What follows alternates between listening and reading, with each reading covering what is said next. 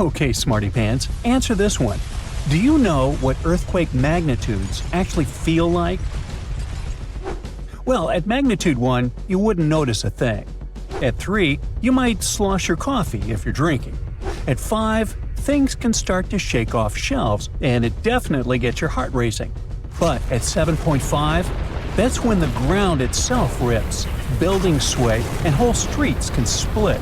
And now, scientists warn a fault we thought wasn't active anymore could unleash something that strong under a small sleepy town in Canada.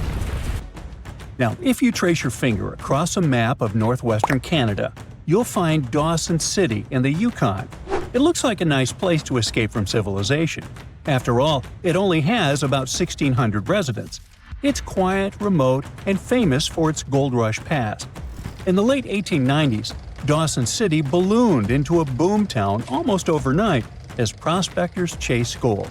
Today, the rush is long gone, but the town still looks the part. Wooden boardwalks and saloon-style facades give it the feel of a set straight out of a Western movie. Oh, and beneath all of that is a fracture in the Earth itself. Dawson City is located on top of what's known as the Tintina Fault. It's a massive crack in the Earth's crust that stretches for hundreds of miles toward Alaska. Until recently, scientists believed that this zone had been inactive for over 40 million years. But newer studies tell a different story. Just a quick reminder, faults are giant cracks when two slabs of Earth's crust meet. They're always trying to slide past each other, but their jagged edges catch and lock. Pressure builds for decades, continuously bending and straining the rock. Then, suddenly, the locked zone breaks, and the slabs slip into a new position in just seconds. That abrupt lurch releases all the stored energy, sending seismic waves racing outward. The ground-shaking consequence is called an earthquake. Scientists say the ground on each side of Tintina has been trying to slide past itself for ages, but it's stuck. And now, that stuck zone has built up around 20 feet of strain. That's how far the land would shift sideways if it all gave at once. That's not just a small crack. That's straight up something from a disaster movie. If all that built-up tension snaps in one go, the result could be a magnitude 7.5 earthquake. How strong is that? Well, pretty strong. So, what happens during a big quake? The shaking can last up to 30 seconds or more, which is an eternity when the walls are swaying and the floor feels like it's rolling under your feet.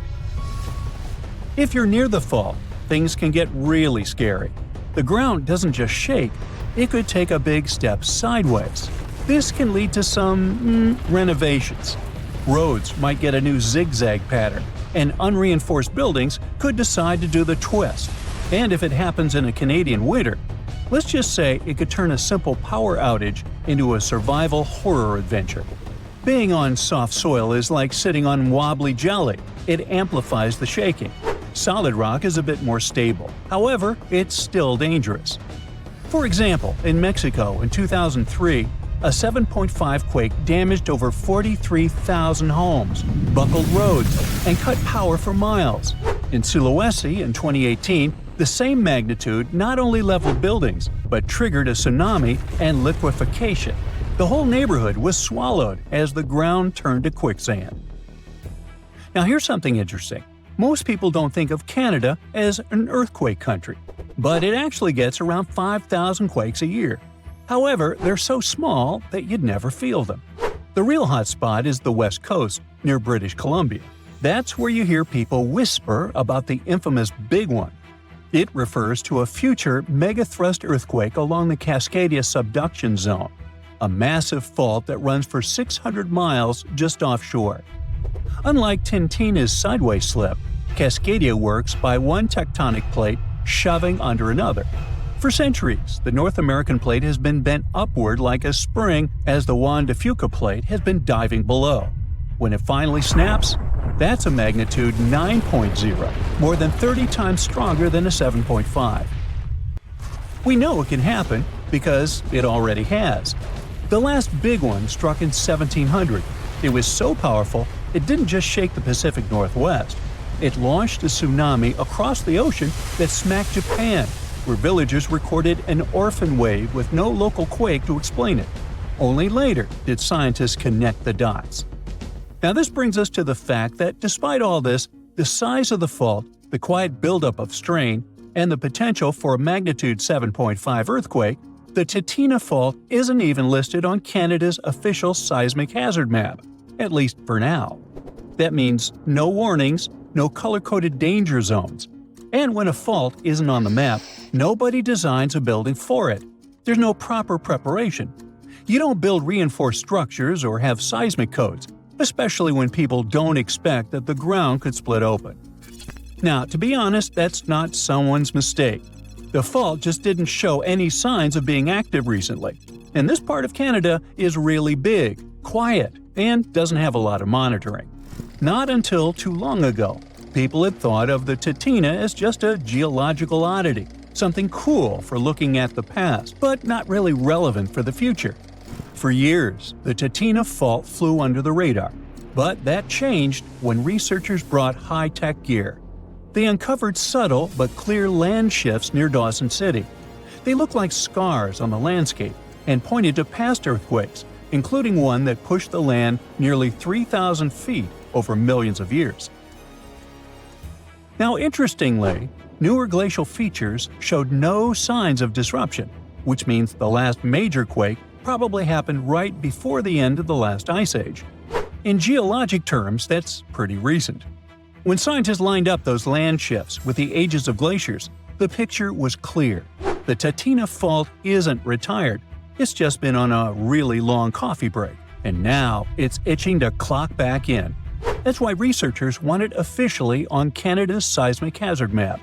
Dawson City deserves more than a shrug emoji when the ground decides to stretch. The experts are basically playing detective with dirt. They're scanning forests and rivers for faint scars that past earthquakes tried to hide.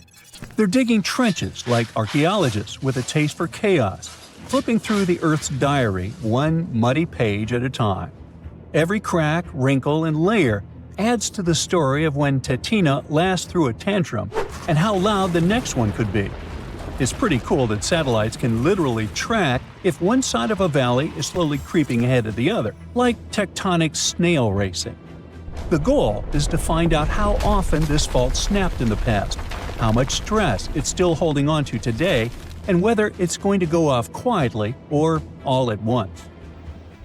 Finally, just because you know that plates are pushing against each other underneath, you still can't put a date on it.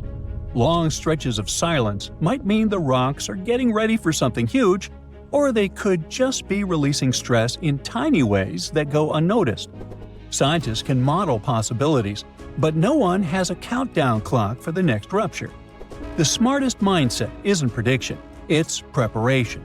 You brace for the plausible, not the precise, because the Earth's schedule doesn't come with reminders. It turns out the Earth's crust is always fidgeting. It's just that our maps are a little behind on the gossip.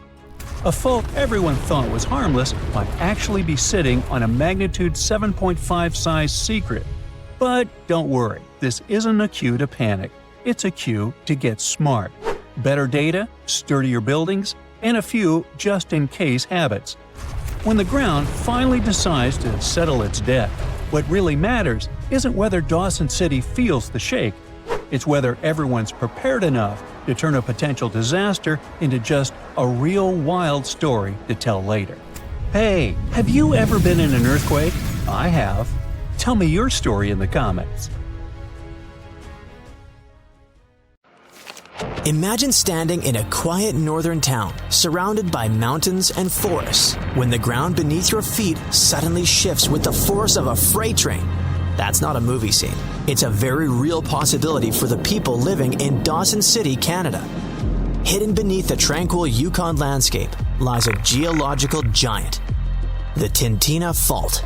For more than 12,000 years, it has been silent, but new research suggests it might be ready to wake up in a spectacular and dangerous way. Stretching over 1,000 kilometers from the Yukon into Alaska, the Tintina Fault is like a massive crack in Earth's crust, a boundary where colossal slabs of rock slowly grind past each other. On the surface, it looks harmless, just rugged terrain, rivers, and forests. But deep underground, strain is quietly building, like a spring being wound tighter and tighter. Theron Findlay, a geologist from the University of Victoria, and his team decided to take a closer look at a section of this fault near Dawson City. This wasn't just a casual inspection. They used cutting-edge tools like high-resolution satellite images, aerial surveys, and LiDAR, a laser-based scanning method that can reveal subtle changes in the ground's shape. What they found was unsettling. In one location, the ground was visibly displaced by an astonishing 1,000 meters, evidence of a long series of powerful earthquakes millions of years ago. In another area, they spotted a smaller but still significant offset of about 75 meters, likely caused by more recent quakes, roughly 132,000 years ago. Since then, nothing major. At least, nothing visible. And that's exactly the problem. When a fault line hasn't released energy for thousands of years, it doesn't mean it's safe. Quite the opposite. It could mean that massive pressure has been silently accumulating. Based on their calculations, the Tintina fault has been moving at a slow creep of up to 0.8 millimeters per year. Over 12,000 years, that adds up to a staggering 6 meters of potential movement waiting to be unleashed. If that strain were to suddenly break free, the resulting earthquake could be bigger than magnitude 7.5. For context, that's in the same league as some of the most destructive quakes in history, like the 1976 Tangshan earthquake in China, or the 2010 Haiti disaster. While the Yukon isn't densely populated, the impact could still be devastating, damaging highways, collapsed buildings, landslides cutting off communities, and potentially loss of life. The scientists can't say when it will happen. Earthquakes don't work on a schedule, and predicting the exact moment of rupture is one of geology's greatest challenges. What they do know is that the Tintina fault is in what's called a late stage of its seismic cycle, a point where the risk of a major quake is higher. For the people of Dawson City and surrounding areas, this means living with a quiet but ever-present threat. Emergency planners might advise residents to have evacuation routes, survival kits, and backup communication plans. But in the end, this is a reminder of a simple truth. Earth is never truly still. Even in the most peaceful landscapes, immense forces are always at work, reshaping the planet in ways we can't always see, until the day they reveal themselves with a violent jolt. Yet, the story of the Tintina fault is more than a warning. It's a glimpse into how Earth stores and releases its pent-up energy. Each millimeter of annual movement is like another twist of a key in a lock. At some point, the lock will turn, and when it does, the release will be sudden and powerful. LiDAR images reveal ancient scars across the land, subtle to the untrained eye, but obvious to scientists. These are the footprints of past disasters, frozen in the ground like a history book carved by nature. Findlay and his colleagues believe the region's seismic silence has lulled people into a false sense of security. A place can be both beautiful and dangerous, and the Yukon is a perfect example. Visitors come for the sweeping vistas and endless wilderness, rarely realizing that deep beneath their hiking trails and scenic roads, forces are shifting that could change the landscape overnight. This hidden drama plays out all over the world. Fault lines in California, Turkey, Japan, and beyond all share one trait. They eventually break. The question is never if, but when. The Tintina fault just happens to be one of the quieter players, which in geological terms can be far more ominous than the noisy ones. And so, the clock ticks, silently, in the frozen north, counting down to a moment no one can see coming. The floor is lava. Haha, just kidding. But honestly, it's kind of falling apart. You might not feel it yet, but a huge part of North America has already lost 37 miles worth of rock from its foundation. And no, this isn't about earthquakes or giant sinkholes. It's about the continent losing pieces of the very thing that keeps the ground from wobbling around like a bad carnival ride. a team of researchers has just dropped a geological bombshell. Part of North America's ground is thinning out like a very sad, very slow ice cream drip. How do they know? They basically gave Earth a high-tech full-body MRI and created 3D maps showing how rocks once considered indestructible are now melting away into the planet's guts, like an upside-down cheese pizza inside an oven. But to really understand this mess, you first have to meet my old friends, cratons. Cratons are like the roots of the continents. They're thick, tough, and ancient. We're talking billions of years old. These bad boys survived meteor impacts, supervolcanoes, and even the tectonic movement of plates. If the plates got into fistfights, for example, you can bet we would see mountain ranges being born. If they got a divorce, drifting apart from each other, then a whole new ocean would be born. All of these things leave scars on the surface of Earth, but the cratons seem to always remain unfazed, like the cockroaches of geology. And since a craton can basically get punched in the face and feel nothing, scientists always assumed these things were nearly indestructible. But then, a group of researchers took their fancy machines to the test and realized that, wait, the cratons are falling apart? How? Enter the Farallon Plate, a really ancient tectonic plate that started to slide under North America's major plate over 100 million years ago. This is a pretty normal process, actually. It's called subduction, and it's how Earth recycles rocks and keeps itself from overheating. This subduction thing has been happening for so long that, by now, the Farallon is almost 400 miles away from the craton, sitting pretty chill at the lower mantle, weirdly close to the outer core of our planet. But the Farallon has been causing trouble, like that one roommate who moved out but keeps leaving weird stuff in the fridge. You see, as it sinks, it tugs on the bottom of North America's foundation, stretching it out and causing pieces to fall off into the deep mantle. And if that wasn't enough drama, the sinking Farallon has also leaked water and carbon dioxide into the surrounding rocks, making the craton even softer and easier to shred apart. Thanks, Farallon. Very cool of you. By studying hundreds of earthquakes across thousands of monitoring stations, scientists have confirmed the story. Big chunks of continental material are dripping downward, thinning the craton by as much as 37 miles. That's more missing rocks than can fit into a milk carton. Sounds dramatic, right? But don't worry. This is happening at a snail's pace. It'll take millions of years for anything noticeable to happen. Your great-great-great-great few grandkids from the distant future might still be standing on solid ground. But don't get too comfy.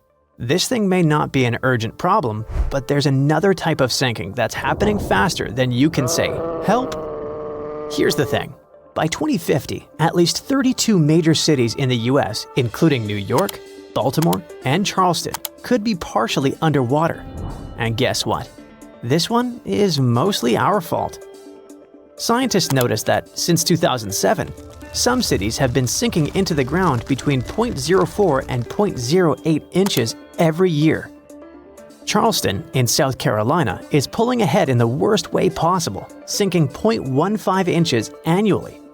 Sure, these numbers sound tiny and a bit ridiculous, but Charleston is barely 9 feet above sea level. And a little sinking goes a long way when the ocean is breathing down your neck. On really bad flood days, people there have to abandon their cars and basically swim home. This whole phenomenon is called land subsidence.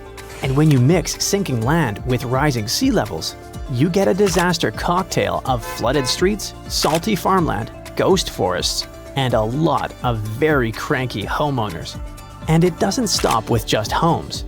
Infrastructure like bridges, roads, airports, and power plants, all things we rely on daily, are also at risk of serious damage. Flooded electrical grids and sunken highways could cause billions more in economic losses and create major safety hazards for communities. Now, let's be fair. Not everything is humanity's fault. Some of this trouble dates all the way back to the Ice Age. About 12,000 years ago, massive ice sheets covered the northern US. They were heavy, like seriously heavy. The weight pushed the land down, and when the ice melted, the ground didn't just pop back up like a trampoline. Instead, it started playing a weird game of geological seesaw. The places that were squished started rising, and the places that weren't got pulled down. This whole process, called glacial isostatic adjustment, try to say that 3 times fast. But of course, humans found a way to make it worse.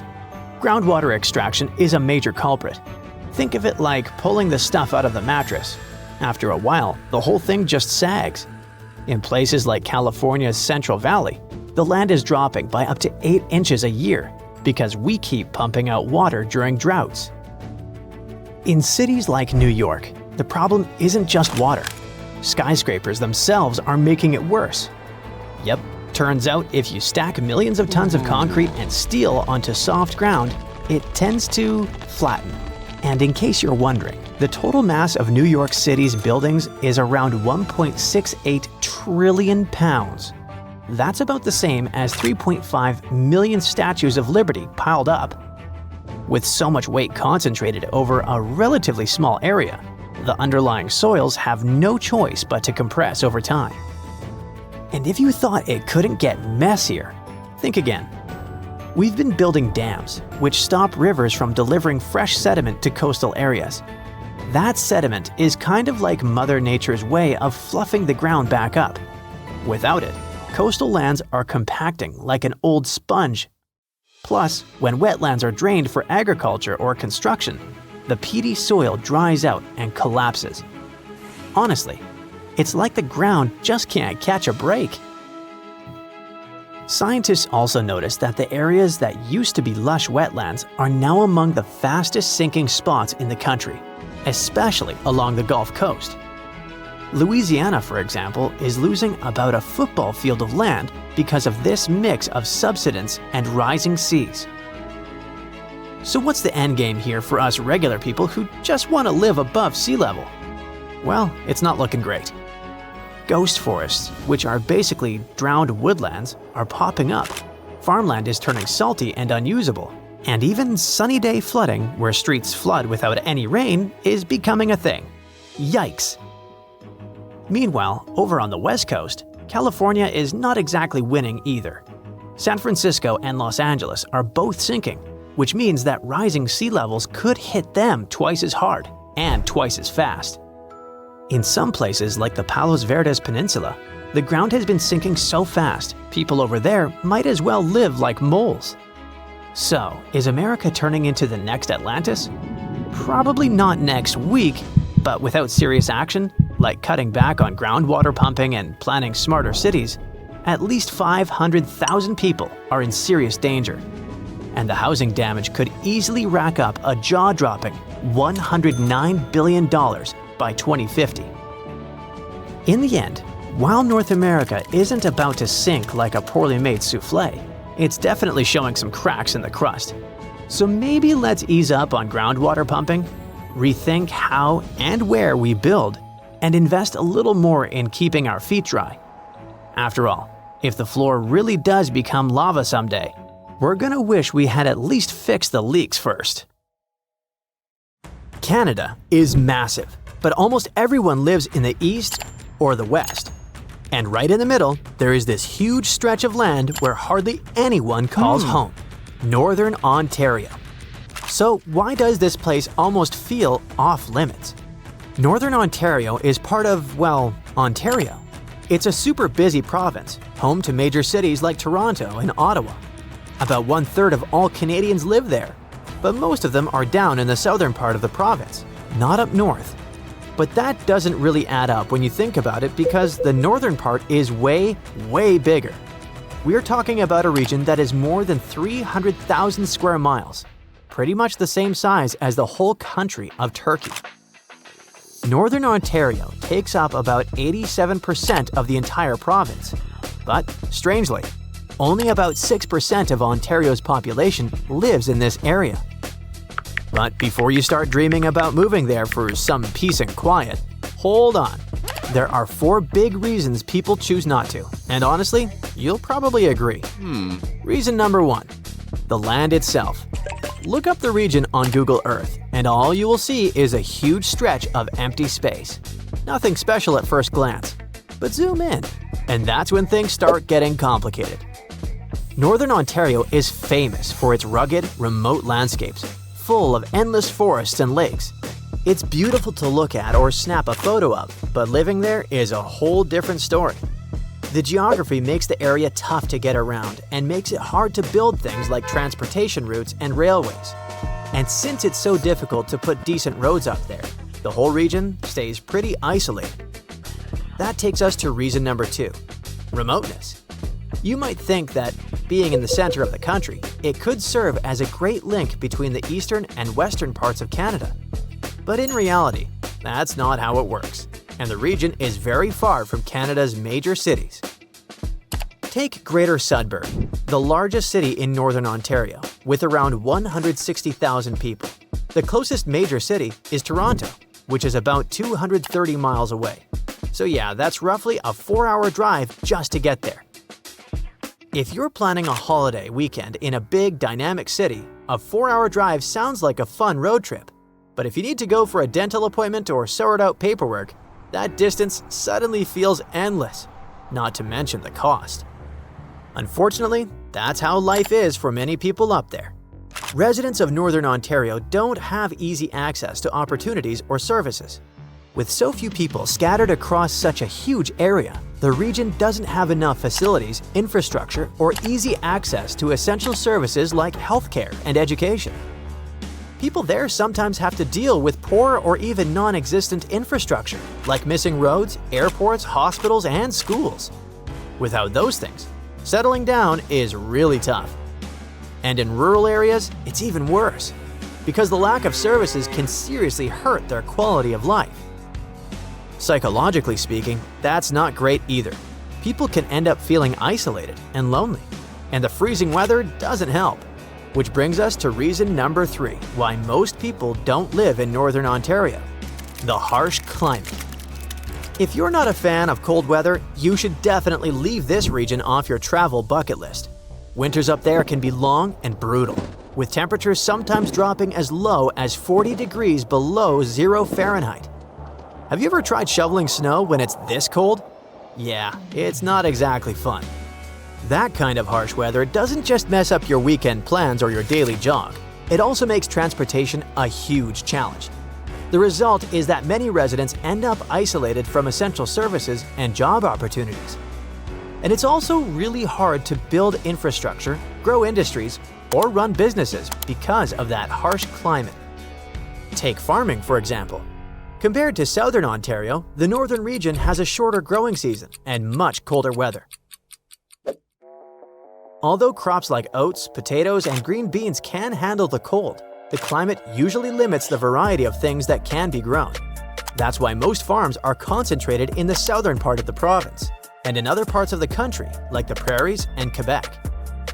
Anyway, that's just one example of how the climate makes it tough for people to build a strong foundation to support themselves. And that's exactly the 4th reason why Northern Ontario is so empty: the economy. It's not that there aren't any jobs available. In fact, there are plenty.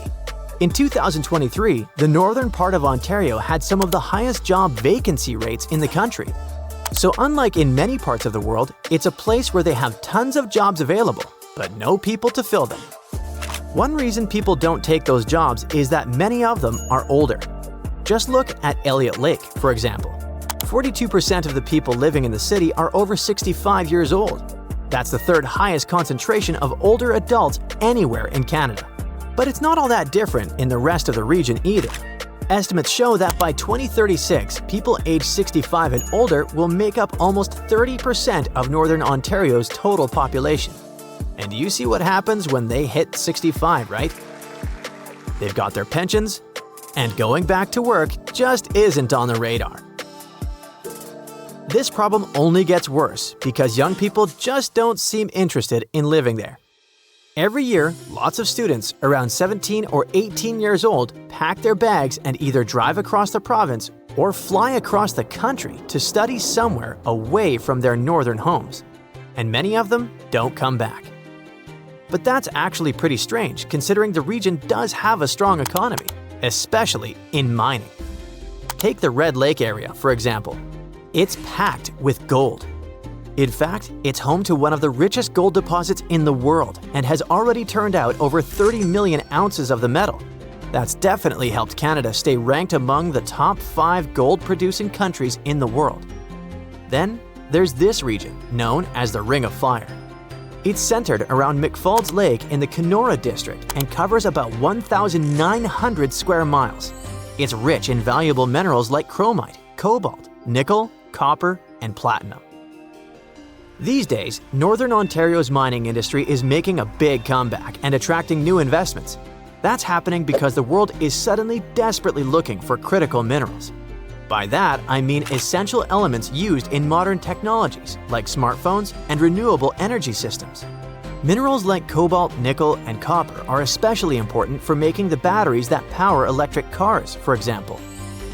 So, right now, it seems like the whole mining scene in the region is doing pretty well, but the industry has gone through plenty of ups and downs, with fluctuations and periods of decline.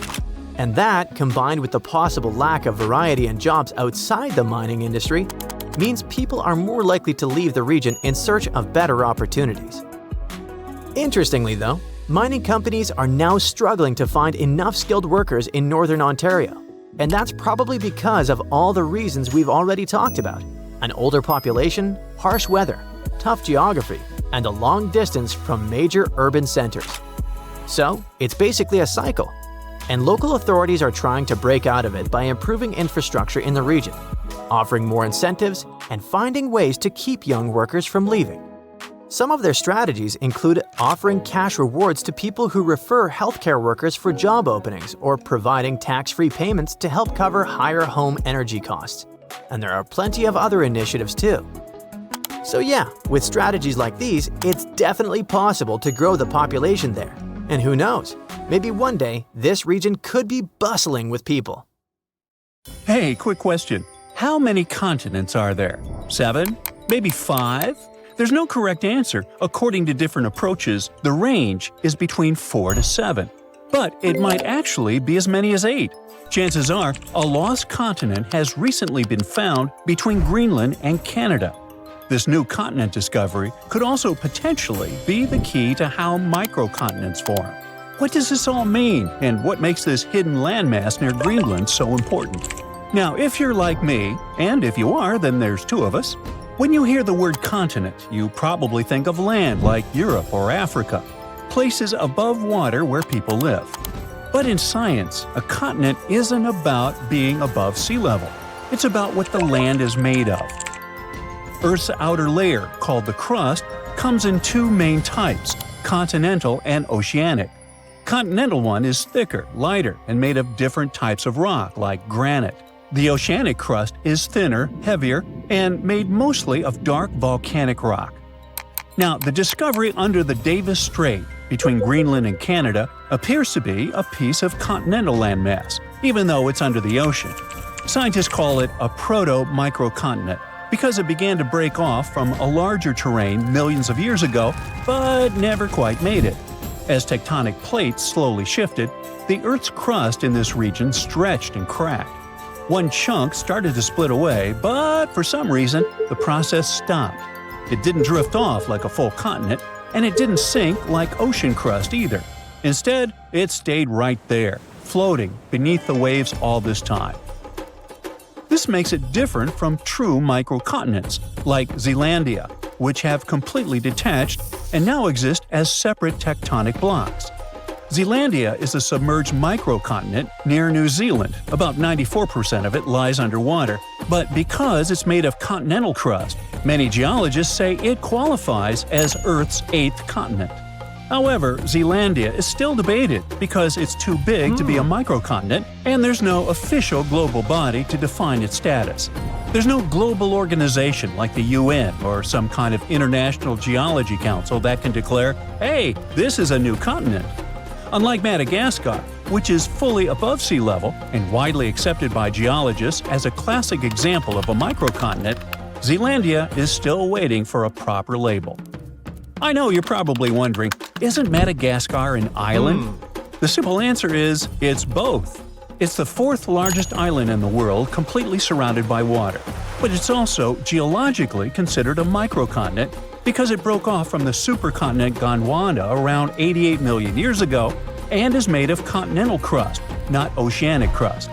Unlike volcanic islands like Hawaii, this isn't just built from lava. It's a real piece of ancient continental crust. So Madagascar checks both boxes: island by geography, microcontinent by geology. And that's exactly why these discoveries can be fascinating. Just like Madagascar stands out above the waves, this newly discovered landmass under the Davis Strait stands out beneath them, thanks to its unusual structure. What makes it stand out is its unusual thickness. Most of the ocean floor is thin, like metal. This is more like packed clay, layered with continental materials. Underneath this cozy comforter, scientists discovered some odd layers of rock, unusual because they're not where they should be. These layers act more like the materials found on continents rather than those typically seen on ocean floors. There are hints of granite-like formations and distinct magnetic properties, which suggest that this stuff is similar to what makes up dry land. The size is also remarkable. The proto-microcontinent is about 12 to 15 miles across, which makes it roughly the size of a mid-sized city, like Manhattan Island that's 6,500 feet underwater. The fact that it sits right under the Davis Strait, one of the widest ocean passages on Earth, makes it one of the largest submerged continental fragments we've found. According to researchers, this landmass began to form between 58 and 49 million years ago, when Greenland and Canada were slowly drifting apart. Maybe they just weren't getting along. Hey, it happens. As they pulled apart, the crust under the Davis Strait stretched, and one of the main fault lines shifted. But the breakup didn't finish. Around 48 million years ago, the rifting stalled and Greenland's motion away from Canada slowed dramatically when it later bumped into Ellesmere Island. It's like a car swerving off and then back onto the freeway, a turn that was never completed. That's basically what happened. A chunk of land got stuck between the motion. It didn't float off into the ocean like a new continent, and it didn't get pulled down into the Earth either. It just stayed where it was, stranded beneath the water. But that's not all. This chunk has its own fault system, and scientists say it actually looks like a miniature version of the San Andreas Fault in California. Now, a fault is basically a crack in the Earth's crust where sections of rock slide past each other. Think of it as a place where the Earth's surface split and tried to slide sideways. In California, this movement still happens today and can cause earthquakes. But under the Davis Strait, it's a different story. The movement started, then suddenly stopped, like hitting pause in the middle of a big shift. It's a frozen moment in the planet's past, preserved right beneath the waves. For geologists, that makes the microcontinent under Davis Strait incredibly valuable. That sudden pause in motion helps explain why some chunks of land break away cleanly while others twist, stall, or disappear. But this isn't just academic. By studying how continents break apart or stall, scientists can better predict future shifts in land, fault lines, and seismic activity. And predicting earthquakes and geological hazards could prove quite valuable to everyone. Knowing how microcontinents form could help us anticipate how the planet's surface might shift over millions of years, which affects everything from climate models to resource availability.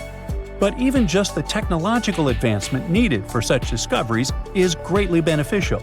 The same tools used to map this hidden land are used for oil exploration, laying undersea cables, climate monitoring, and even search and rescue missions. Speaking of technology, for a long time, this hidden landmass near Greenland remained invisible. Just 10 or 15 years ago, the ocean floor under the Davis Strait was basically a mystery. It's deep, almost frozen, obviously not the easiest place to explore. But today, thanks to modern tools, a new continent discovery could be just a matter of time. Scientists can finally see and hear what's going on under all that water. First, they use seismic reflection imaging. That's a method where ships send sound waves down to the ocean floor and record how they bounce back. Various layers of rock reflect sounds in different ways, which helps build a picture of what's hidden underneath. It's kind of like how bats use echoes to see in the dark. Satellites also play a role in collecting gravity data. This may sound strange, but different types of rocks have slightly different weights. Heavier rocks create stronger gravitational pull, and satellites can measure those tiny differences. Another tool commonly used for these explorations is underwater sensors, which sit quietly on the seafloor and listen for natural vibrations, like mini earthquakes or shifts in rock. These vibrations help scientists figure out what the crust is made of and how thick it is. They're basically ears on the ocean floor. They also most likely used AUVs, or autonomous underwater vehicles, basically robot submarines that can scan the seafloor in high resolution even under thick ice. In any case, scientists are very excited because this new continent discovery is more than just a geological surprise. It's what they call a natural laboratory. The study of the microcontinent Davis Strait offers a rare opportunity to understand how microcontinents form, evolve, and sometimes fail to fully separate. It also reminds us that Earth's crust isn't as neatly divided as we once thought. Beneath the ocean, there may be other hidden landmasses near Greenland or elsewhere, almost continents, just waiting to be found. This lost continent of Canada may not have made it as a fully fledged landmass, but its discovery is already reshaping how we view plate tectonics. And thanks to advances in technology, places we once ignored are now offering up secrets about the planet's deep past, and maybe even its future. Consider South America and Africa. Don't they kind of look like they fit together, like puzzle pieces? Well, they actually did. But about 130 million years ago, South America was like, bye, and slowly started drifting away. These days, it's around 1,800 miles from Africa, and it's still on the move. Every year, the continent shifts a little more toward the Pacific Ocean. So, how's that even happening? Tectonic plates are constantly moving. That's what makes the Earth's surface shift over time, going from this to what we see today. But those movements happen so slowly that you and I can't see them go. So, no, Brazilians or Chileans aren't out there feeling their continent inching westward. But the numbers don't lie. South America is moving, and apparently all it wants is to get as far away as possible from this massive underwater mountain range called the Mid-Atlantic Ridge. But what exactly is pushing the land toward the Pacific Ocean? It is the heat inside our planet. Way down beneath the ocean, there are cracks in the Earth's crust, and magma, super hot melted rock, rises up through those cracks. When that happens, the magma cools and hardens into solid rock. Over time, this process might build underwater mountains, like the Mid-Atlantic Ridge. And as more new crust forms, it begins to push the older crust out of the way. In the process, tectonic plates and the continents riding on top of them get pushed along. Now, on the other side of South America, over by the Pacific, there is the Nazca Plate. It's heavier and it's moving eastward. Since it is denser, it is sliding underneath the South American Plate. This entire process is called subduction, and it's happening at a rate of about 3 inches per year. By the way, the collision between these two plates is what's behind all those breathtaking volcanoes scattered throughout the Andes, and it's also making the continent move. So, if everything goes according to plan, projections show that South America will end up more centered in the Pacific Ocean in the future. But some models suggest something way crazier. Before we get into that, though, we need to clear something up. Why on earth isn't Africa following in South America's footsteps? I mean, shouldn't it be drifting west too? Well, not quite. Africa is doing its own thing because it sits on the African Plate. So the Mid-Atlantic Ridge is located between those two continents, and just like it pushes the South American Plate, it also pushes the African Plate, but in the opposite direction. It's like this ridge is trying to split up two ex-besties, But there's more. Africa is also being influenced by the East African Rift. That's one of those massive cracks we talked about earlier, but it's happening on land, which makes it extra dramatic. This is what's causing the continent to slowly split apart. It's a long story, but let's just say the rift is pulling Africa in more directions than South America ever had to deal with. Okay, now it is finally time to talk about that crazier thing that might happen to South America and everything around it in the future. Theory number 1. it could break away from North America. I know, super dramatic, but don't panic. We're talking hundreds of millions of years from now, and I won't be around. You see, both continents are moving in the same general direction, but at different speeds. The North American plate is cruising along at about 1 inch per year, while South America is moving a bit faster. So even though they're heading the same way, they are not keeping pace. Over time, as the Atlantic Ocean continues to widen and the Pacific keeps shrinking, all this tectonic movement could eventually pull the Americas apart. Theory number 2. Marine life could go through some major changes. Right now, the Americas act as kind of a giant wall between the Atlantic and Pacific Oceans. Because of that, sea animals have evolved differently on each side. Take the green sea turtle, for example. The ones living in the Atlantic tend to be bigger and lighter in color. Meanwhile, their Pacific cousins are usually smaller and darker. But if, one day, there is no land blocking these two populations from mixing, they would end up with brand new migration routes, new nesting spots, and a lot more overlap in their territories. Now, multiply that scenario by hundreds of other species, and things could really get shaken up. We're talking about new interactions, unexpected competition, and maybe even the rise of entirely new species. Alright, theory number 3. America might meet Africa again. Right now, the Mid-Atlantic Ridge is busy creating a new seafloor, and because of that, the Atlantic Ocean is slowly getting wider. But in about 125 million years, scientists believe that process could come to a stop. Instead of the seafloor spreading apart, the ocean floor might start getting pulled under the continents. When that happens, the Atlantic will stop growing and start shrinking. And the water section between South America and Africa is likely to be the first part pulled beneath the land. That means the Americas and Africa could meet again. And when that happens, border countries could turn into super shaky places, with earthquakes happening all the time and brand new volcanoes popping up left and right. The eastern United States would no longer be known for the peaceful green slopes of the Appalachians, but for snow-covered giants that occasionally spew lava and ash, more like the Cascade Range out west. Countries would end up with totally new neighbors. Brazil might line up with Nigeria and Cameroon. Uruguay could be sitting right next to Angola. And Argentina might be sharing a border with South Africa. So if these two continents really do merge, how intense would that be? Well, for starters, this new supercontinent would instantly become the biggest one on Earth, about 1.5 times the size of Asia. And chances are, a brand new mountain range would form right where the continents meet, creating a natural border between nations. Being part of the same massive continent could make a lot of things way easier. For one, tourism could totally take off. People traveling between countries by land without needing pricey plane tickets could be a game changer. But it wouldn't stop there. Other types of economic activity could get a major boost too. Now on one side we have South America, which already produces and sells a wide variety of foods, from wheat to bananas, beef, cocoa, soybeans, hey, you name it. On the other side, there is Africa, exporting things like textiles and clothing.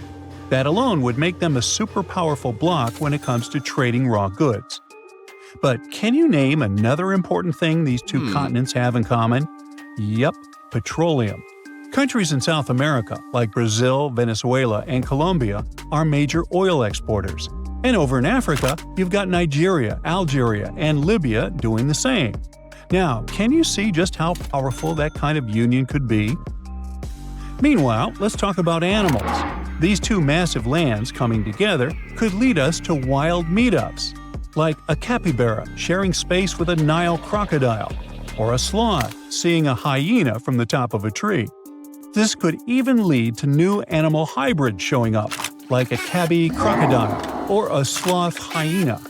Okay, those weren't the cleverest names, and honestly, these animals wouldn't be able to mate or even wouldn't want to. But you get the point, right? It's not all positive, unfortunately.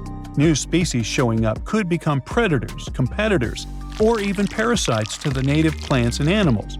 It would take a long time for things to settle into a new balance in those border regions. But honestly, no one really knows how long it would take. The only thing I do know is neither of us will be around to see it, which is okay. Some places don't look important until the world realizes they hold the keys to the future. That's the case with Canada's Arctic. For most of history, it was just ice, snow, rocks, caribou, and even more ice. But now, it's about to become one of the most important places on Earth, and maybe make Canada a global superpower. Why? Because it's hiding minerals that power electric vehicles, satellites, and missile systems, while the demand is skyrocketing. However, it's not just mining and having resources, it's also about control. Right now, China has a massive head start because it refines over 90% of the world's rare earths. That means if you want to launch a satellite, manufacture advanced electronics, or even just keep the lights on in your fancy smart home, odds are you're relying on China. And that makes a lot of world powers very nervous. Because when everything's going electric, the last thing you need is being dependent on your geopolitical rival. So now, the global clean tech treasure hunt is officially on. The US, Europe, Japan, Australia, they're all competing. However, the latest technology and untapped potential might give Canada the upper hand. Canada's had these minerals for decades, but with low prices, tough terrain, and no global rush, they mostly stayed untouched. However, Ottawa is finally stepping up its game. Back in 2022, Canada rolled out the Critical Minerals Strategy with billions in funding and tax perks to get companies digging. There's also plans to build the necessary roads, ports, and power lines to tap into those remote deposits up north. Canada already produces more than 60 minerals and metals, but 31 of them are now considered critical. 6 of those are having VIP treatment: lithium, graphite, nickel, cobalt, copper, and rare earth elements. But digging it up is just step 1. The real plan? Keep it local. Melt that frozen treasure into shiny new batteries right at home. That means not just mines, but also refineries, processing centers, and high-tech factories popping up where there used to be nothing but snowdrifts and silence. While others are talking, Canada's busy paving roads and stringing power lines. Slowly but surely, they're turning snowfields into a high-tech playground. Getting to all that buried treasure used to be nearly impossible. After all, we're talking about land so remote that roads literally stop hundreds of miles too early. The ground is frozen solid for most of the year. And even if you found something valuable, just getting out was a logistical nightmare. So what changed? Canada has an ace up its sleeve. Don't know about you, but I use it mainly for making memes and music. But geologists, they're scanning the Arctic like it's Minecraft with X-ray vision. Instead of drilling blind, they're using decades-old core samples, plugging them into AI, and getting shockingly accurate predictions about what's underground. It's like upgrading from a pirate's treasure map to a GPS that actually says, "Dig here." Companies like Geologic AI and Cobalt Metals are already doing this, pouring data into AI and getting X marks the spot hits for nickel, cobalt, and rare earths. In the Northwest Territories, Canada is running a pilot lab that uses AI and digital scanning to reanalyze decades-old rock samples. The goal is to spot hidden mineral deposits that old methods might have missed without digging a single new hole. All that sounds great, but maybe I made it sound simpler than it is. Digging up the Arctic is a logistical nightmare. For starters, this isn't just a remote patch of land. The Canadian Arctic is huge. Almost half the country, stretching over Yukon, the Northwest Territories, and Nunavut. We're talking about a region larger than India, with fewer people than a small city. Most of it is permafrost, wilderness, or ice-covered islands scattered across the Arctic archipelago. Temperatures go from barely 50 degrees Fahrenheit during summer to negative 40 degrees Fahrenheit or colder, with ground that stays frozen for most of the year.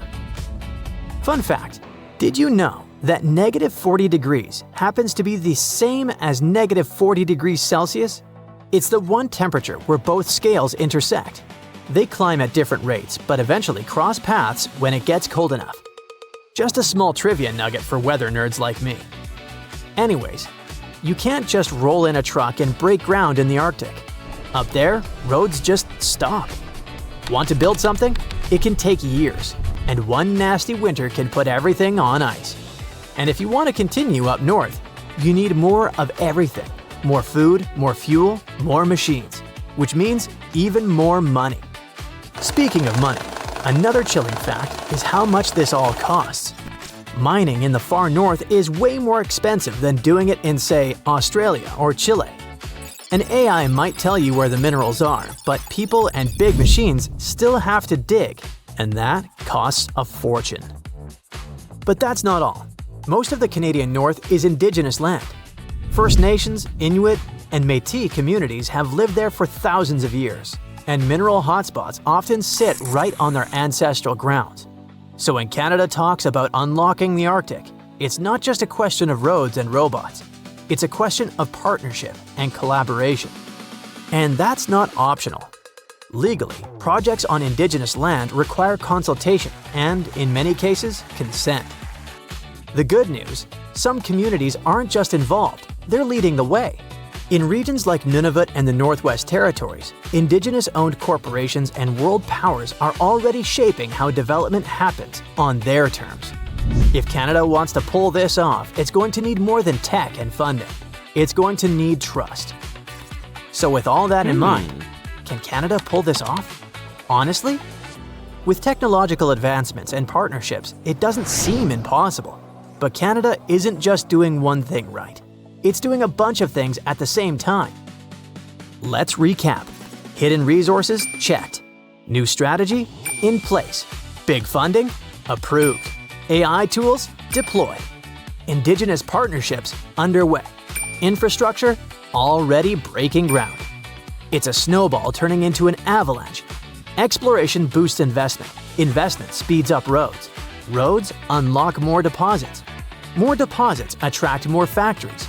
It's a feedback loop, and if they keep feeding it, the whole Arctic operation could go from an idea to empire faster than anyone expects, giving a whole new meaning to the phrase frozen assets.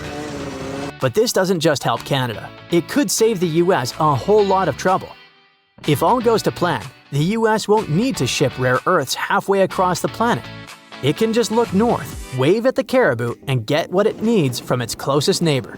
That's why the US has publicly backed the effort, offering support and funding to help build a trusted North American supply chain. For Canada, this could be the moment it stops being just a supplier of raw materials and starts becoming a critical power broker in the clean tech economy. For the US, it's like discovering your neighbor has been secretly building a battery factory in their backyard, while you were building electric vehicles. And globally? Well, the abundance of resources tends to lower the prices, and that's always a good thing for us regular people. Cheaper cobalt, nickel, and lithium mean cheaper batteries. And cheaper batteries mean more affordable electric vehicles, energy storage, phones, laptops, the works. Now, don't get too excited just yet. Like we said, mining in the Arctic isn't cheap. But in theory, once Canada's clean tech engine is fully up and humming, more supply and shorter supply chains should gradually bring costs down. And it's not just about price tags, it's about stability. Right now, if one country cuts exports or gets caught in politics, everything down the line gets shaky. But with Canada stepping in as a reliable supplier, the global system might get a bit more breathing room. Manufacturers can stop sweating over single points of failure and start building with confidence. So, since 2000, the world has been hit with more than 1,700 earthquakes with magnitude greater than 5. Many happened around the Ring of Fire, located around the Pacific Ocean. In North America, the biggest threat is the San Andreas Fault Line, which can create an earthquake of a magnitude higher than any other, earning it the spine-tingling nickname, the Big One. The potential destruction of California is a terrifying prospect that could have unimaginable consequences. But the Big One is just the beginning of what's to come. Bad news. Scientists have predicted an earth-shattering event that will occur in 2030. Like it or not, there's a 70% chance that we'll experience the Big One, and it will be an earthquake with a magnitude of 6.7. The San Andreas Fault Line will cause the Big One, but what is scary is that we can't predict it. On the other hand, A massive earthquake occurs every 100 years. This means there's always time to prepare for a natural disaster. If we traveled back in time, we'd see a few significant earthquakes like the ones that wiped out San Francisco and Fort Tejon. Buildings made a long time ago are not quake-proof. They will collapse. Even if they survive, you should not enter them. But buildings are not the most dangerous part. You should watch out for electrical lines and gas pipes. Your hill house might be lovely, but it is extremely unsafe. During quakes, the hill can turn into a massive landslide that will destroy everything in its path. Say goodbye to road trips because all the roads will be ruined. You should have some spare water and food since you won't be able to go to the supermarket. This disaster won't be cheap. It will cost the U.S. around $200 billion to recover from the quake. At least the earthquake will not trigger tsunamis. But there's something it can cause more damage than the big one. The notorious Cascadia subduction zones start in California and ends up all the way in Vancouver, Canada. The San Andreas fault line is nothing compared to this zone. It can wipe the whole coast off the face of the Earth, an example of hyperbole. Subduction zones are tectonic plates forced to be one under the other and constantly pulling apart. One is called the North American Plate and the other is the Juan de Fuca Plate. Zones like these are not to be messed with, since they are terrifying hotspots for earthquake activity and extremely dangerous because they cause massive underwater quakes. But they are underwater, so what can they do to us? Well, they can cause giant tsunamis, flooding cities, and destroying the coastline. Right now, the most active zone is the Ring of Fire. The Cascadia zone might be less active, but it is like a sleeping beast that can wake up and destroy everything in its path, causing a groundbreaking earthquake. The last time all this stress was released was in the year 1700. Unlike the San Andreas quake, this one will cause massive tsunamis and much bigger shocks. Let's hope you'll be camping in an open field at that time, because most buildings and bridges will likely be destroyed. Also, be ready for the aftershocks, as they'll be devastating. Nature won't be spared either. Landslides will change animals' habitats. Even our homes will be changed forever. Luckily, there is a light at the end of the tunnel, and scientists are doing everything they can to ensure our safety. New rules are implemented. Every new building must be able to withstand massive shocks. They're developing modern warning systems, and every new infrastructure must follow strict quake-proof guidelines. The Juan de Fuca and the North American plates are locked together, but they won't stay like that forever. When they unlock, get ready for a massive shake. The closer you are to the epicenter, the more damage you'll experience. But even if you are lucky to be far away, you may still feel the ground shaking for some time. Now, if we compare the Cascadia subduction zone and the San Andreas fault, we'll see how much more dangerous the Cascadia zone is. In 1994, there was an enormous 6.7 magnitude earthquake in the Northridge area, close to the San Andreas fault. Sadly, many people didn't make it, and some were injured. Back then, buildings were not strong and earthquake-proof, and many of them were damaged. The Cascadia subduction zone can potentially cause a magnitude 9 earthquake. A magnitude 6 quake has the power of around 44 million pounds of dynamite, but a magnitude 9 has the power of 44 trillion pounds of dynamite. The strongest ever recorded quake was in Chile. Its magnitude measured 9.5, and it destroyed most everything. So let's say you've survived the quake, but the struggle is far from over. Soon after, a massive tsunami will strike, with waves that might reach up to 100 feet in some areas. That's so unlike the San Andreas earthquake, which can't produce any significant waves. So say goodbye to your beautiful garden, since salt water will destroy trees and plants, changing the environment for a period of time. The only positive thing will be you won't need Halloween decorations, because all those dried out trees will resemble a ghost forest. The combination of waves, quakes, and the sheer size of the area will make this natural disaster much more dangerous than any caused by the San Andreas fault or the so-called Big One. A quake similar to this happened around 300 years ago. Many more have been recorded in the past 3,500 years, proving that they continually occur every 400 to 600 years. So, technically, we have around 100 to 300 years before the next big one hits. We still have no idea how exactly the Cascadia subduction zone works, because we discovered it in 1970. This zone is super scary because it can cause big earthquakes. It was found by accident when researchers studied the Ring of Fire. They wanted to know if this area had caused any trouble in the past years, and the proof was under their noses. In Washington, there is a horror forest where nothing has been growing for years. When researchers tested the soil, they found a tremendous amount of salt.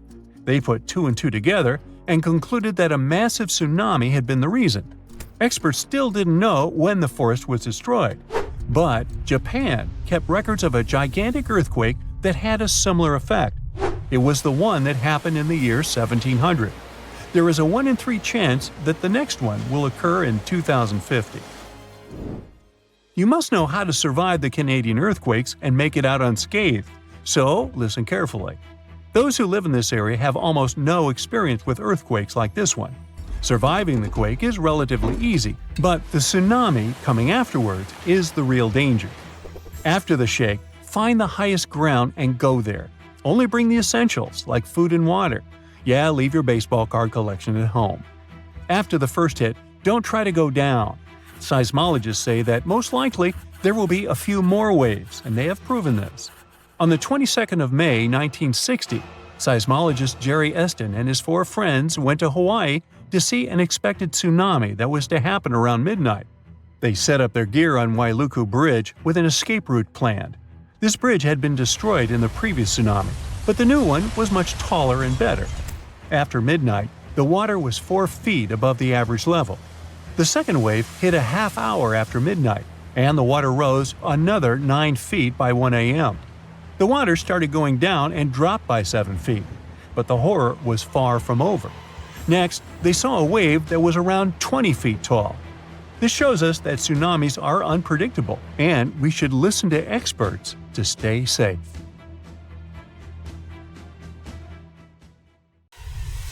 On January 26, 1700, one of the biggest earthquakes in history hit off the coast of the United States.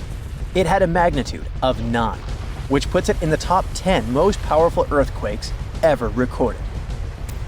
This earthquake triggered a huge tsunami and changed the coastline all the way from southern British Columbia down to northern California forever. Back then, the area wasn't very populated, but thanks to some clever research, scientists figured out exactly what happened that day by looking at old geological records, tree rings, and even some history from Japan. On the same day as the earthquake, a massive tsunami also hit Japan's eastern coast. For a long time, no one connected the two, but in the 1980s and 90s, researchers realized the tsunami in Japan had been caused by the earthquake in the Pacific Northwest. They were also able to pinpoint the exact day, January 26, 1700. They even found old trees in coastal Washington that had all perished around the winter of 1700, which matched up perfectly with the timing of the earthquake. The earthquake came from the Cascadia subduction zone, a fault where the Juan de Fuca plate slides under the North American plate. This fault stretches about 700 miles, from northern Vancouver Island in British Columbia to Cape Mendocino in California. The pressure from the moving plates builds up over time, and eventually, another big, devastating earthquake will hit the same region. It's just a matter of time. By looking at the geological records, past tsunami deposits, and signs of land level changes, scientists can figure out how often these huge earthquakes happen. Emergency planners have been preparing for the next big quake, often calling it the big one. Scientists believe earthquakes in the Cascadia subduction zone happen every 200 to 1,000 years, and since the last major one was over 300 years ago, the Pacific Northwest is definitely due for another. When it happens, the earthquake is expected to be as big as the one from 1700, but this time, it'll affect around 15 million people. The devastation will be severe. Buildings will collapse, roads and runways will crack, and bridges will fall. Communication in and out of the area will be cut off. But the worst part? The earthquake will trigger a massive tsunami that might hit parts of the Washington coast in as little as 10 minutes. It's not a matter of if, but when the Cascadia subduction zone will break. When it happens, it will be the worst disaster the US has ever faced. Worse than the Hurricane Katrina or Superstorm Sandy. It'll impact an enormous area, stretching from southern British Columbia all the way down through Oregon to northern California. That means millions and millions of people will be affected. Fairchild is considered a backup staging area for handling the aftermath of the earthquake, with Grant County International Airport in Moses Lake being the main one. For those who will survive the initial quake and tsunami, the aftermath could be just as disastrous. Aftershocks will follow, and transportation will be a mess. Roads will be damaged or completely blocked, airports will shut down, and most of the main routes, like Interstate 5, will have bridges destroyed. This means food and water supplies will be cut off, and it will be incredibly difficult for help to get in or for people to escape. Gas pipelines will most likely be damaged too, and restoring them could take anywhere from a few days inland to weeks or even months along the coast. Power outages will be widespread within 100 miles of the coast throughout the entire Pacific Northwest. And water could be out for 3 to 7 months. Even telecommunications will be down for 2 to 3 months across the Pacific Northwest, Alaska, and even parts of East Asia. The good news for eastern Washington is that it will mostly avoid the worst of it, thanks to natural barriers between the west and east sides of the state. The tsunami may hit the Columbia River Gorge, but it will lose energy quickly because of a sandbar under the river. The Cascade Mountains will absorb much of the earthquake's impact, so the east side won't feel it as strongly. And since eastern Washington won't get hit as hard, it'll be up to them to handle the aftermath of the quake. That means helping western Washington, taking in refugees from the areas that got destroyed, and delivering supplies to where they're needed. Scientists have looked at other major 8.0 to 9.0 magnitude earthquakes like the ones in Chile in 1960, Alaska in 1964, and Sumatra in 2004, and Japan in 2011. These kinds of quakes can shake the ground for anywhere between 6 to 10 minutes, and that's a long time for the ground to be shaking. Such quakes are super intense because they happen close to Earth's surface, so it's not just a quick shake. It's a long, strong one that can cause a lot of damage. If the Cascadia earthquake and tsunami were to hit tomorrow, over 13,800 people could lose their lives, and about 107,000 people could be injured. The economic toll in Washington, Oregon, and California could top $70 billion.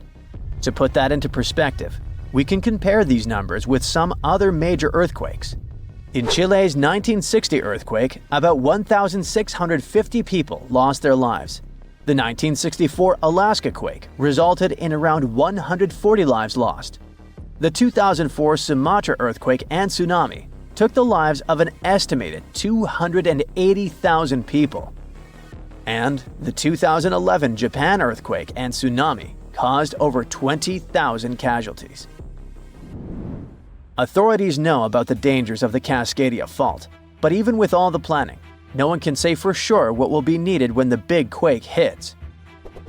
Right after the earthquake and tsunami, the areas outside the immediate disaster zone won't be able to help much because roads and airports will be destroyed, and resources will be limited.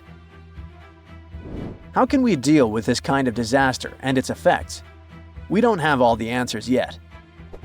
Right now, let's focus on the Cascadia subduction zone. It's a huge fault line that stretches about 620 miles from Vancouver Island to Cape Mendocino in California, sitting about 93 miles off the coast. It's like one tectonic plate is slowly sliding under another. When the plates are close to the surface, about 18 miles deep or less, they get stuck because of friction, kind of like pushing two rocks together. Over time, this creates a lot of pressure.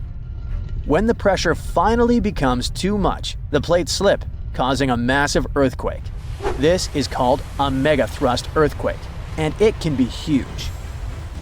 Below the area where the plates are stuck, there's a zone where the plates move really slowly. We're talking about just a few inches every few months. This slow movement helps to release some of the pressure, but it also builds up more pressure on the parts of the fault that are still stuck. This means that over time, it increases the chances of a huge earthquake happening.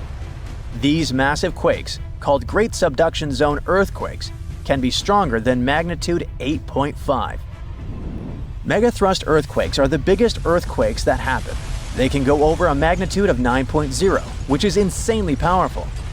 Just to put it in perspective, a magnitude 9.0 earthquake releases 1,000 times more energy than a 7.0 and 1,000,000 times more energy than a 5.0. These earthquakes happen when a lot of pressure builds up in a part of the fault that's locked, which means the plate can't move past each other. When that pressure gets too high, the fault finally ruptures, releasing all that built-up energy in one massive shake. The Cascadia subduction zone is super long. That's why if it were to rupture all at once, it could produce a large earthquake. Scientists have studied this region and found that about 18 miles below the surface, the fault is completely locked. The plates there aren't sliding past each other, but deeper down, the plates start to slide more smoothly, causing less friction.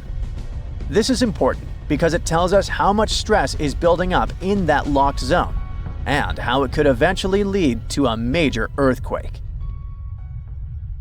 At first, researchers thought their cameras were glitching. It was the only possible thing that could explain the weird view in front of them. Scalding water was blasting upward while cool methane was fizzing out right beside it. Such a combo wasn't supposed to even exist, but it did. Scientists were exploring the ocean floor near Papua New Guinea when they stumbled across a weird deep-sea hotspot. It wasn't like any other hotspot. There, super hot and cool methane-packed gas were bubbling out almost side by side. This almost never happens in nature, so the researchers were pretty shocked. They were cruising around with a deep-diving robot, the Rove Keel 6000, poking around underwater volcanoes in a remote island chain. These volcanoes hide all sorts of strange features, but nobody expected to find a full-on hydrothermal vent just tucked down there. Plus, other research trips had passed through the area before and missed it completely. This time, the robot's cameras lit up the seafloor and revealed a bizarre view: boiling vents and cold gas seeping out of the seabed. They were practically touching each other. As you understand, normally these two things show up in totally different places. Hot hydrothermal vents form when underground water gets cooked by magma and shoots upward, carrying minerals with it. Methane seeps, on the other hand, come from cold, mushy layers of sediment packed with old organic matter. This stuff slowly breaks down and leaks out as gas. But at this spot, the geology created a perfect mashup. Under the volcano sits a thick layer of organic-rich sediment. Magma creeping up from below heats these sediments, but at the same time, it also heats mineral-rich water deeper down. So you get two very different fluids, blazing hot vent water and cooler methane gas. Still, both are traveling upward through the same cracks in the seafloor. When they reach the surface, they escape just inches apart. So you end up with this bizarre little neighborhood where boiling mineral water and chilly methane bubbles are hanging out like best buddies.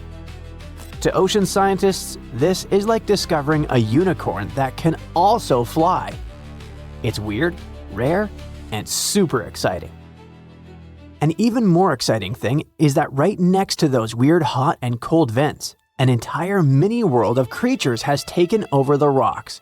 The place is packed with huge clusters of deep-sea mussels, long tube worms, little shrimp and amphipods crawling everywhere, and even bright purple sea cucumbers sitting out in the open. The animals are so crowded together that it's hard to even see the rock underneath. Scientists are pretty sure some of these creatures are totally new to science, but they'd need a special trip just to identify everything living there.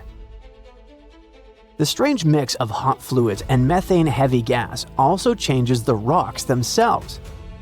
The methane down there is super concentrated, while hot water coming from deeper inside the volcano brings chemicals with it. Together, they create unusual reactions underground. Because of this, metals like gold and silver have built up in the rocks, along with elements like arsenic, antimony, and mercury. It's like a chemical time capsule. The rocks show signs of an older, super hot phase when precious metals were forming. Today, the vents are cooler, but still active. Now, even though this deep sea area is rare and full of life, it isn't safe. Mining already happens nearby, and waste from the huge gold mine on Lahir gets dumped into the ocean. On top of that, companies have licenses to explore the seafloor for minerals and gas. All of this puts the fragile vent community in danger because many of the animals here can only survive in these exact conditions. So scientists are urging for more research and strong protection plans before this one-of-a-kind ecosystem is damaged beyond repair. This underwater treasure needs to be saved before industry wipes it out. This discovery, though, isn't the only unique ecosystem we've ever found. In January 2025, a gigantic iceberg named A84, roughly the size of Chicago, cracked off Antarctica's George VI ice shelf. This ice shelf is enormous on its own, stretching about 280 miles from end to end and about 820 feet thick. During the Antarctic summer, which is November through late February, the top of the ice shelf melts and forms long, skinny pools called ribbon lakes. They got that name because they really do look like giant icy ribbons stretched across the surface. Once A84 broke free and drifted off, it exposed part of the seafloor that had been sealed away under the ice for who knows how long. It was a place absolutely nobody had seen before. A research team aboard the ship Falkor 2 happened to be in the Bellingshausen Sea at the time. As soon as they got word about the iceberg breaking loose, they ditched their original plan. This was basically the deep-sea version of flipping over a huge rock in the woods just to see what's living underneath it. For 8 days, the scientists sent down their underwater robot, Sebastian, and explored depths of more than 4,200 feet. Down in that freezing darkness, they discovered a hidden ecosystem packed with life. Huge corals and sponges formed underwater neighborhoods that were absolutely crawling with creatures. They were not just barely alive, they were thriving.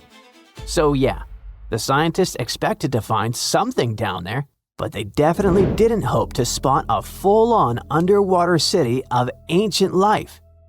There were sea anemones that looked like tiny fluffy trees, sea spiders marching around like creatures from other planets, ice fish, octopuses, and a whole mix of other animals. The entire expedition was live-streamed to researchers around the world. By the way, the recordings are still publicly available if you're interested. Even cooler, the researchers think some of the creatures they saw might actually be brand new species. That's right, genuinely new species in Antarctica in 2025. A few might live only in this one area, and that makes sense because Antarctica is basically its own isolated planet. It's surrounded by the Antarctic circumpolar current, which acts like a giant watery moat that has kept the continent cut off from the rest of the world for millions of years. But even if the new species ended up being known ones, the scientists still found some extremely rare animals, like tiny snails, bristly worms, aka polychaetes, little crustaceans, and even the mysterious phantom jellyfish, which already looks like something from outer space. The scientific name for the phantom jelly is Stygiomedusa gigantea, but no one really needs that mouthful, so giant phantom jelly is fine. This thing is massive.